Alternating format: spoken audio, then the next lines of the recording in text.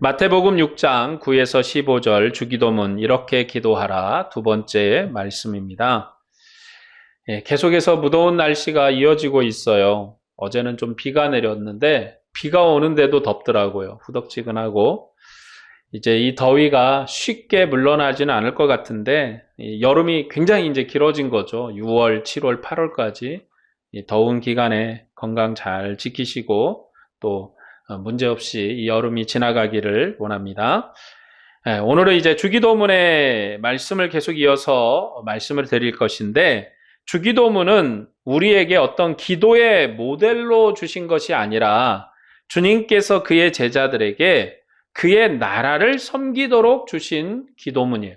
그러니까 주기도문을 우리가 예배 때나 이렇게 고백하는 것은 하나님의 나라를 생각하면서 하나님의 나라에 헌신하고 수고하면서 기도하는 것입니다. 마태복음의 주기도문은 무너진 다윗 왕조를 구원하고 대체하는 천국 설립식에서 천국의 왕께서 가르치신 기도문이에요.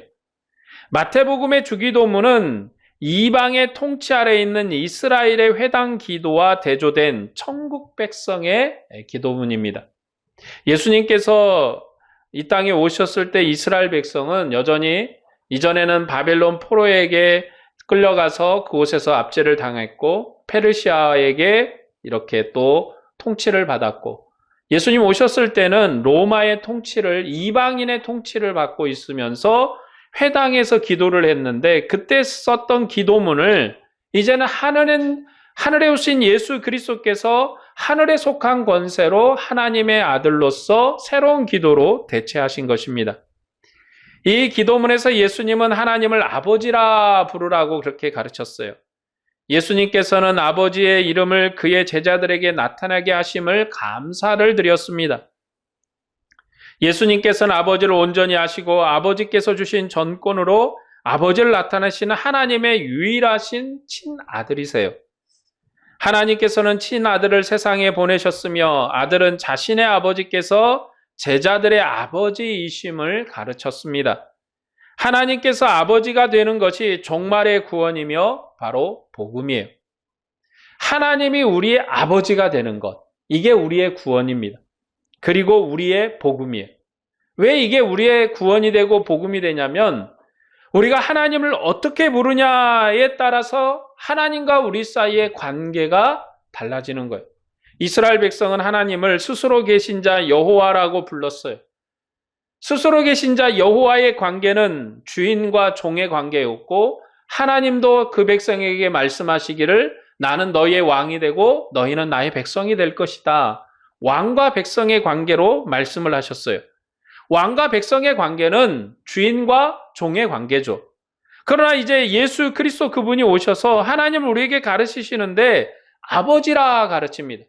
내 아버지, 너희 아버지다라고 가르쳐 주셨어요.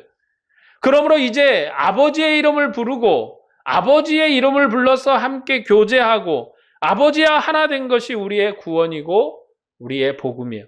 이제 우리가 하나님과 우리 사이에 막힌 담을 두고 교제하지도 않고 거리를 두고 만나지도 않고 매일매일 같은 집에 사는 아버지를 배웁듯이 그렇게 친근한 관계로 살게 된 것, 이것이 우리의 구원인 것입니다. 예수님께서는 제자들에게 아버지께 기도하라 그렇게 가르칩니다.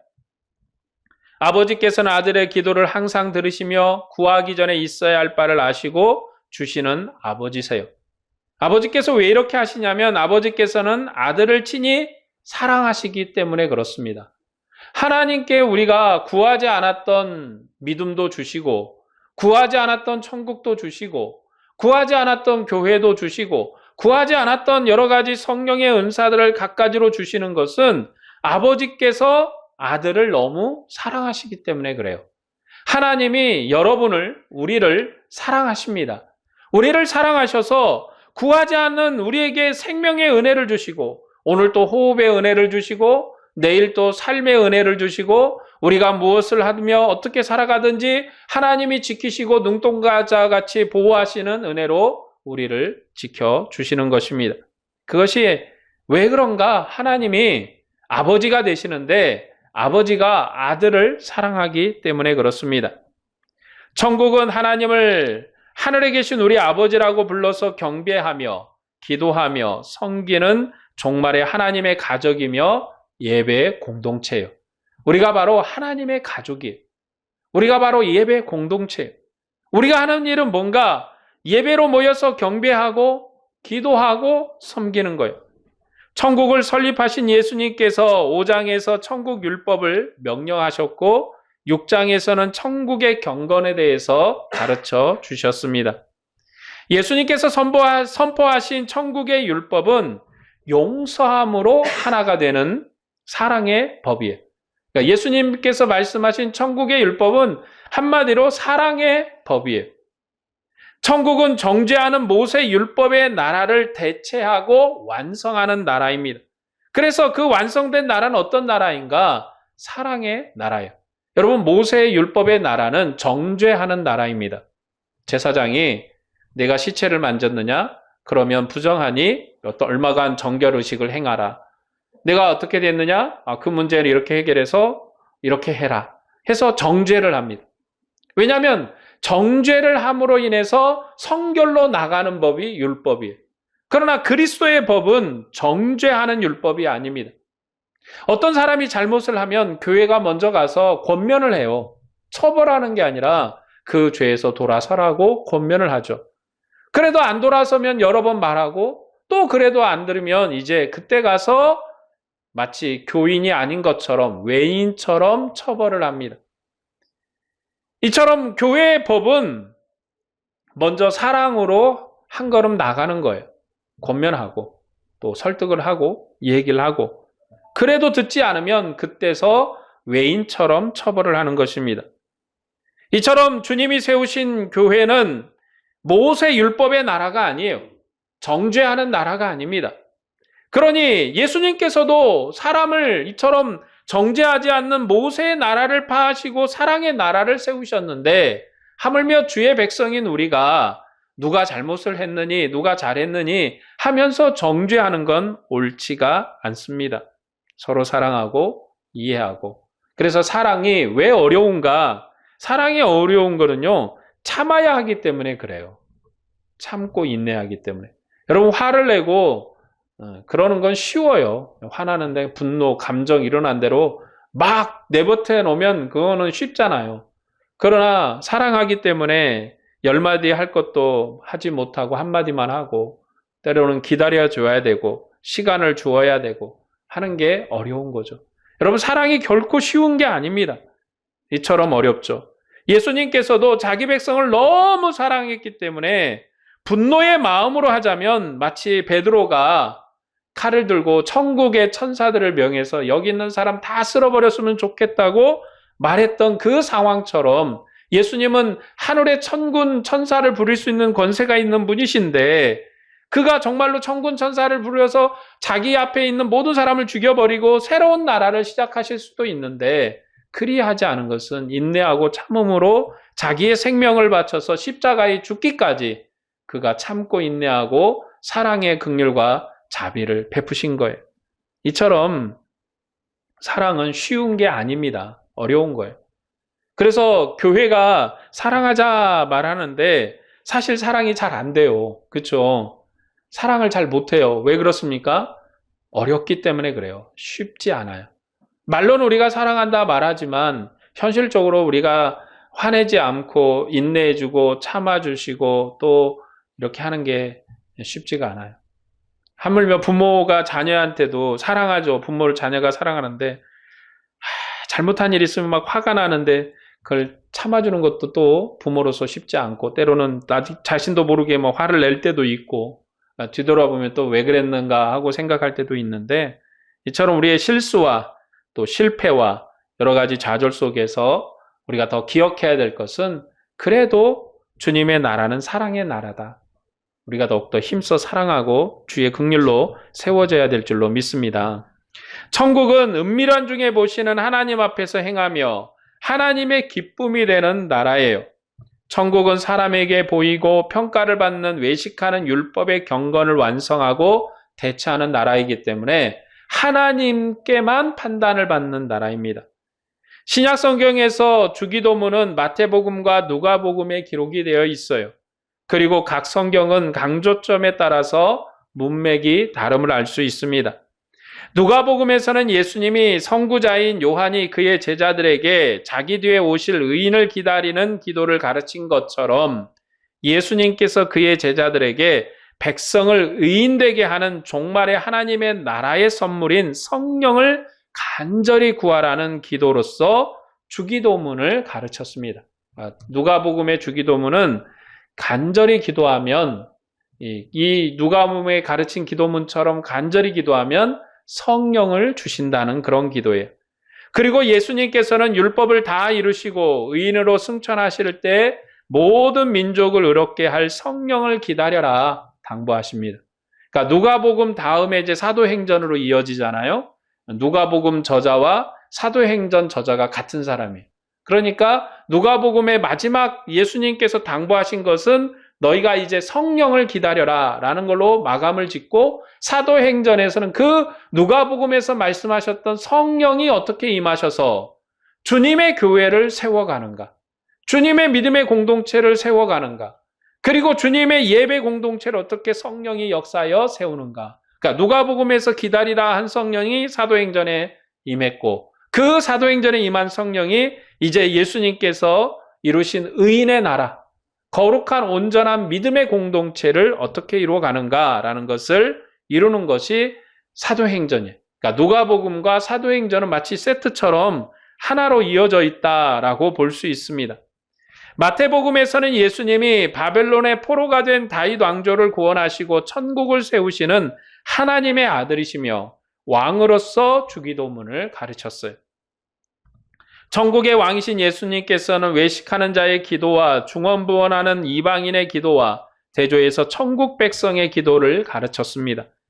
예수님께서는 옛사람의 경건을 외식하는 경건이다라고 평가하셨어요. 그러니까 옛사람의 경건, 옛사람이라는 것은 구약 백성의 경건, 율법 아래서 사는 자의 경건은 외식하는 경건이다. 그들의 기도는 중언부언하는 이방인의 기도와 같다라고 지적을 하셨어요. 이스라엘이 이방인처럼 중언부언 기도하는 것은 바벨론의 포로가 된 다윗 왕조가 배경으로 되어 있습니다. 왜 이스라엘은 하나님의 백성인데 왜 하나님의 백성의 기도가 중언부언하는 이방인의 기도처럼 되었는가? 여러분, 하나님 앞에 음성을 들었던 모세는 하나님 앞에 어떤 것을 말하는 자가 아니라 듣는 자예요. 하나님 앞에 얘기하는 자가 아니라 하나님의 음성을 듣는 자입니다. 그리고 그 들은 음성을 자기 백성에게 선포했어요. 그렇기 때문에 이스라엘 백성의 기도는 하나님을 설득하는 기도가 아니에요.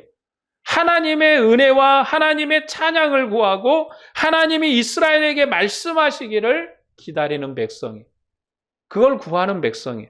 그러나 이방인의 기도는요, 중언부언, 계속해서 말을 많이 해서 신을 설득을 해야 돼요. 신을 설득해서 신을 움직이려는 기도를 하죠.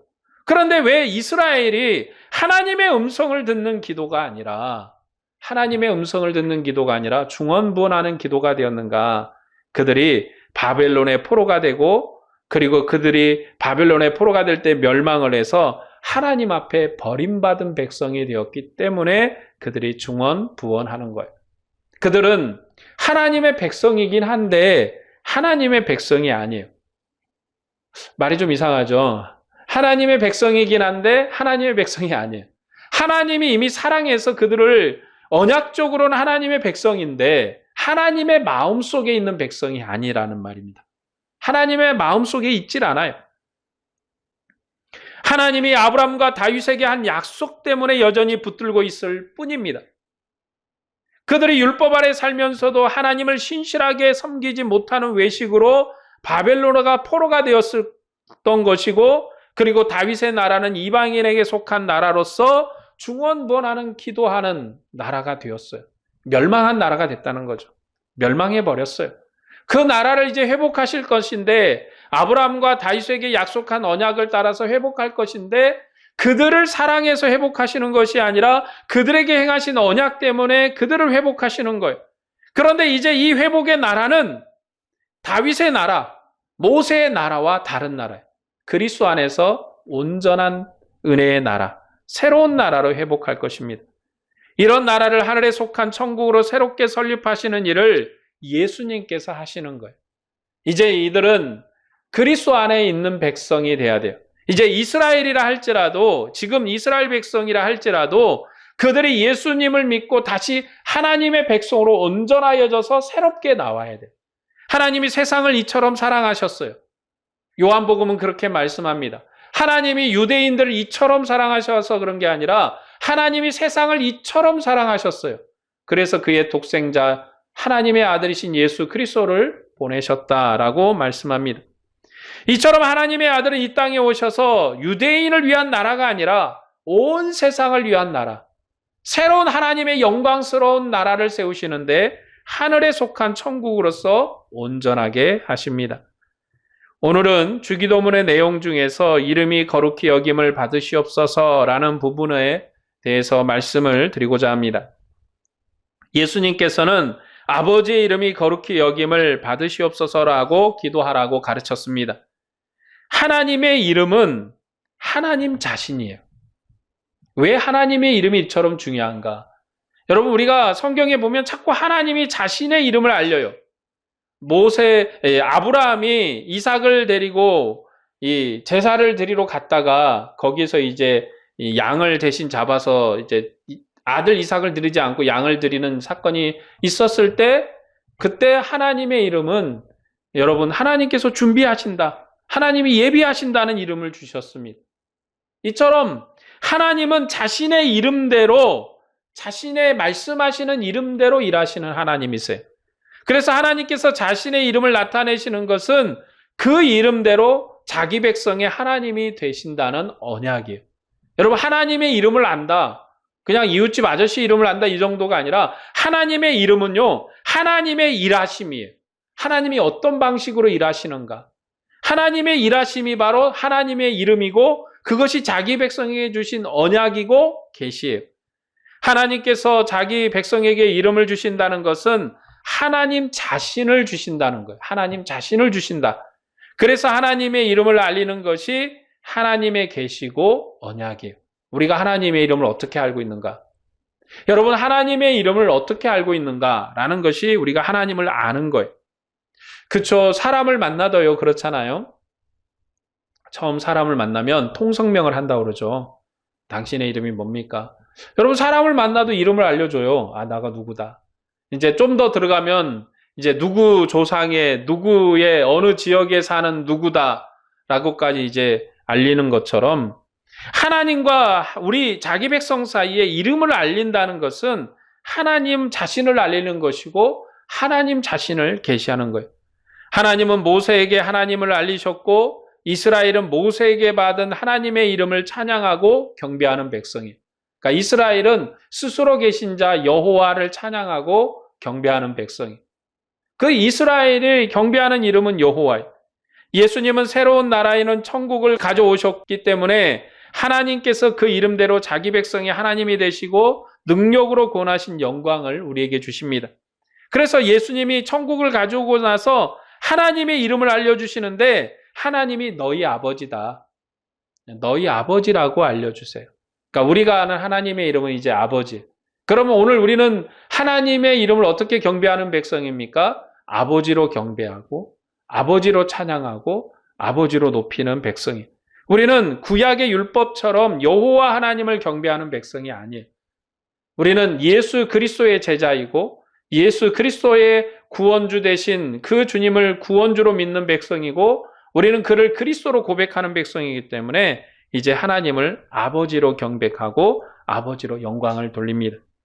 하나님의 이름과 능력과 영광과 거룩함은 하나님 백성의 구원과 함께하는 거예요. 하나님을 어떻게 아느냐? 그것이 우리의 구원입니다. 하나님께서는 모든 민족을 복주시려고 아브라함과 이스라엘을 택하시고 자기 이름과 영광을 그들에게 주셨습니다.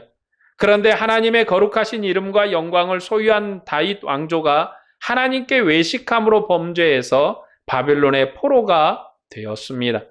그 결과 이스라엘의 거룩하신 하나님의 이름은 바벨론과 그 우상에게 조롱을 당했어요. 이스라엘을 멸망시킨 느부갓네살은 이렇게 말했습니다.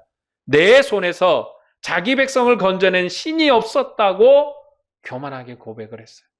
누가, 어떤 나라가 내 손에서, 그 어떤 나라의 신들이 내 손에서 자기 백성을 구원했느냐? 여러분, 그 당시에 많은 나라들이 있었고 많은 나라의 우상을 섬기기도 하고 각 나라의 신이 다 있었어요. 그런데 이 느부갓네살의, 이 바벨론의 왕인 느부갓네살의 손에서 누가 그 나라를 구원했는가? 그러면서 여호와 하나님을 멸시하고 무시했습니다. 그뿐만이었나요? 그의 아들 벨사살은 하나님의 성전의 기물로 술을 마시면서 하나님의 이름을 조롱을 했어요. 하나님의 이름을 조롱을 했습니다. 왜 이렇게 하나님의 이름이, 무엇 때문에 하나님의 이름이 이게 처참하게 조롱을 당하게 되었습니까? 이스라엘의 실패 때문에 그래요. 하나님의 잘못이 아니라 하나님의 이름을 경배하고 하나님의 이름을 온전히 찬양하고 하나님만을 높이는 게 이스라엘의 사명인데 그 일을 행하지 않아서 하나님의 이름이 수치를 당하게 되었습니다. 얼마나 수모를 당한 겁니까? 느부갓네살이 내 손에서 구원한 자기 신이 있었는가라고 하나님의 여호와를 비방을 했고, 그의 아들은 성전 기물을 가지고 나와서 술자리에다 펼쳐놓고 부어라 마셔라 그 자리에서 먹고 마셔버렸습니다. 이처럼 하나님은 수모를 당하셨고, 그렇게 억울한 일을 당한 하나님께서는 이스라엘을 바벨론으로부터 구원하시고 모든 민족에 높여서 영광스럽게 하시고 만국을 복종시킴으로 더럽혀지신 자신의 이름을 거룩하게 하겠다라고 약속하시고 말씀하셨습니다. 이스라엘을 하나님이 구원하시는 건요, 이스라엘을 위해서가 아니라 자기의 이름을 위해서 그래요. 바벨론에 멸망당한 이스라엘 때문에 자기의 이름이 수치를 당하니까 이제는 그들을 구원해서 그들을 다시 회복시켜서 내가 내 이름을 거룩하게 하겠다 말씀합니다. 하나님의 이름이 거룩하게 되는 것이 종말의 구원의 완성이에요. 그리고 그것이 바로 구원의 언약입니다. 이것이 이사야 선지자가 선포했던 언약이에요. 이방인과 이방 우상에게 조롱당했던 하나님의 이름이 거룩하게 되는 것이 예수님께서 여신 천국이에요. 그래서 예수님께서 먼저 하나님의 이름을 가르치실 때 하나님의 이름을 너희 아버지라 가르치고 나서 이제 두 번째로 말씀하시기를 그의 이름이 거룩히 여김을 받으시옵소서. 그렇게 기도하라 가르쳤던 겁니다. 왜요? 이제 이 그리스도의 나라, 영광스러운 하나님의 천국에서는 하나님의 이름이 아버지로 경배되어지고 하나님의 이름이 아버지로 높아지고 하나님의 이름이 영원토록 찬양되는 그런 영광스러운 나라로 회복한 거예요. 이제 이스라엘의 입에서 여호와로 찬양받으시는 하나님이 아니시라 예수 그리스도 안에서 교회의 공동체를 통해서 하나님의 이름이 아버지로 찬양받는, 아버지로 거룩하게 되어지는 그러한 천국이 열리는 것입니다. 그래서 주기도문에서 하나님의 이름을 거룩하게 높이고 있는 거예요. 왜 예수님이 하나님의 이름이 거룩히 여김을 받으시옵소서 기도하라고 우리에게 말씀했는가? 그것이 바로 이런 배경 때문에 그래요. 왜 하나님의 이름을 높이게 하라 하셨는가? 조롱당했던 하나님의 이름, 바벨론에 조롱당하고 메대와 파사에 조롱당하고 페르시아 제국에 조롱당하고 심지어 로마 제국에까지 와서도 조롱당하는 그 처참한 환경에서 이제 너희 아버지의 이름을 경배하라. 그가 새 천국을 여셨다.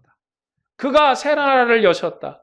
그가 그의 아들을 보내서 새로운 천국을 여시고 새 율법을 주시고 새로운 경건을 주시고 새로운 역사로 이제 우리에게 나타나셨으니 그 아버지의 이름을 경배하고 아버지의 이름을 높여 찬양하라고 우리에게 말씀하는 것입니다. 예수님께서는 메시아 기름 부음 받은 임마누엘의 하나님으로서 하나님의 이름을 거룩하게 하실 분이에요. 아브라함과 다윗의 후손이신 예수님은 바벨론의 포로가 된 자기 백성의 나라, 다윗의 나라를 저희 죄로부터 구원하시고 불과 성령으로 성결케 하시는 나라를 세우셨습니다. 그 일을 이루시는 분은 임마누엘의 하나님이신 예수 그리스도 그분이십니다. 천국의 왕이신 예수님께서는 천국이 가까이 왔음을 선포하시고 자기에게 나온 모든 사람을 천국의 생명으로 치료하시고 권세 있는 말씀으로 천국을 설립하셨습니다. 마태복음에서의 천국은 바벨론에 포로된 다윗의 나라를 구원하여 천하 만국을 복종케 하심으로 조롱당한 하나님의 이름을 거룩하게 하는 종말의 다윗의 나라입니다. 천국의 왕이신 예수님께서는 무너진 다윗의 왕조를 구원하시고 하나님의 영광과 거룩하신 이름을 모든 이방인에게 드러낼 하나님이 기뻐하시는 아들이세요. 천국의 왕이신 예수님께서는 그의 백성에게 하나님을 하늘에 계신 우리 아버지라고 부르게 하셨어요. 하나님의 이름을 거룩하게 하옵소서 기도하라 가르쳤습니다.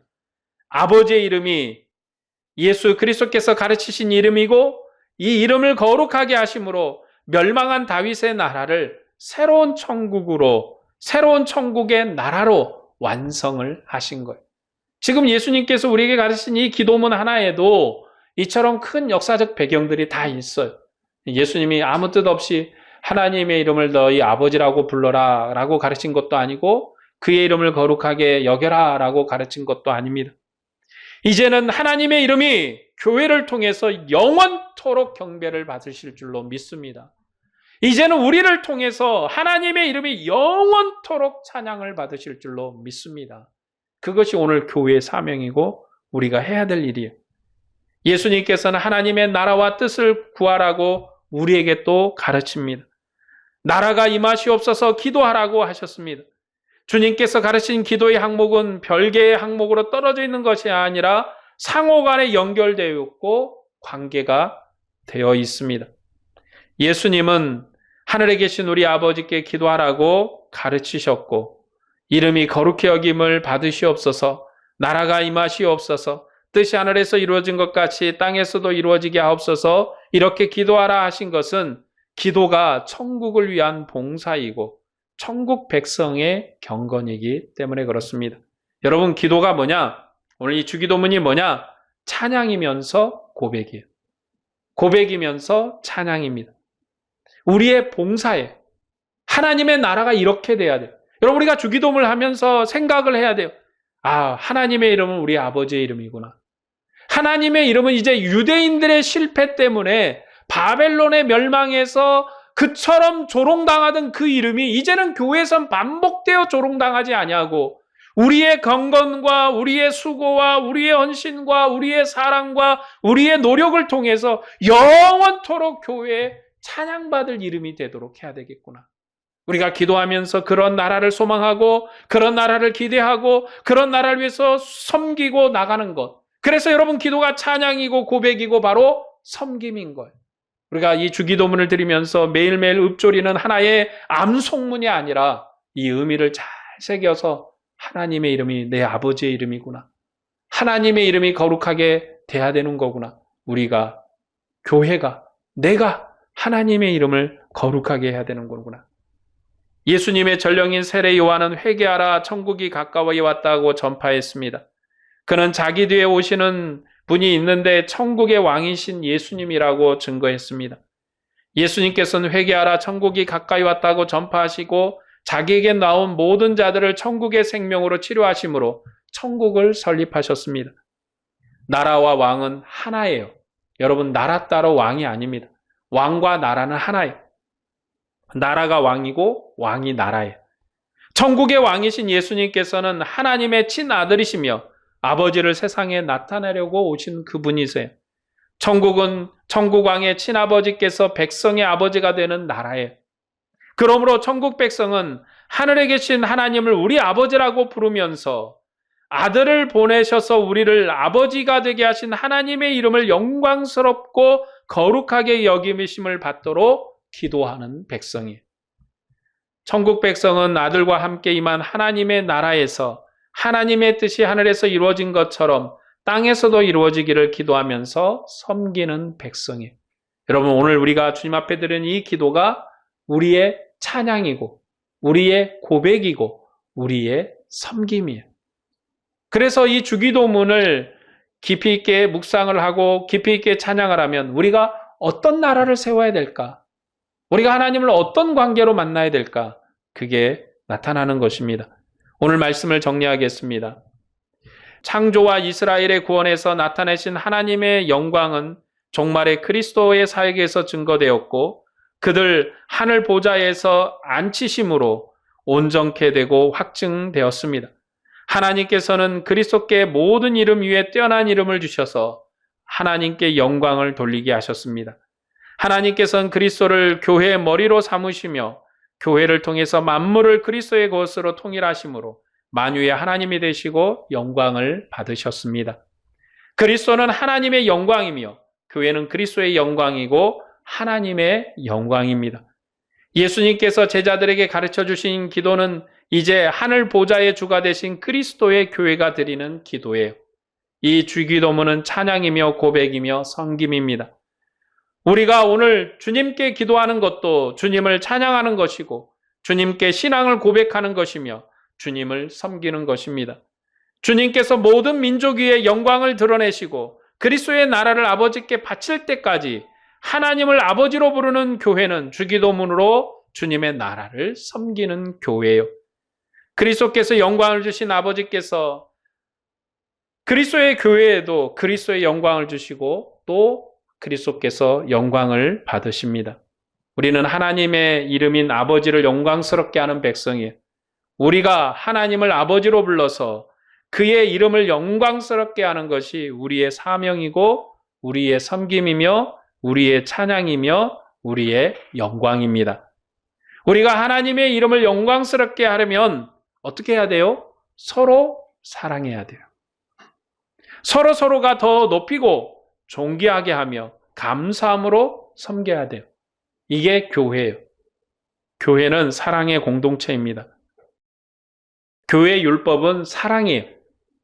우리가 서로 사랑할 때 하나님의 이름이 영광스럽게 될 것입니다.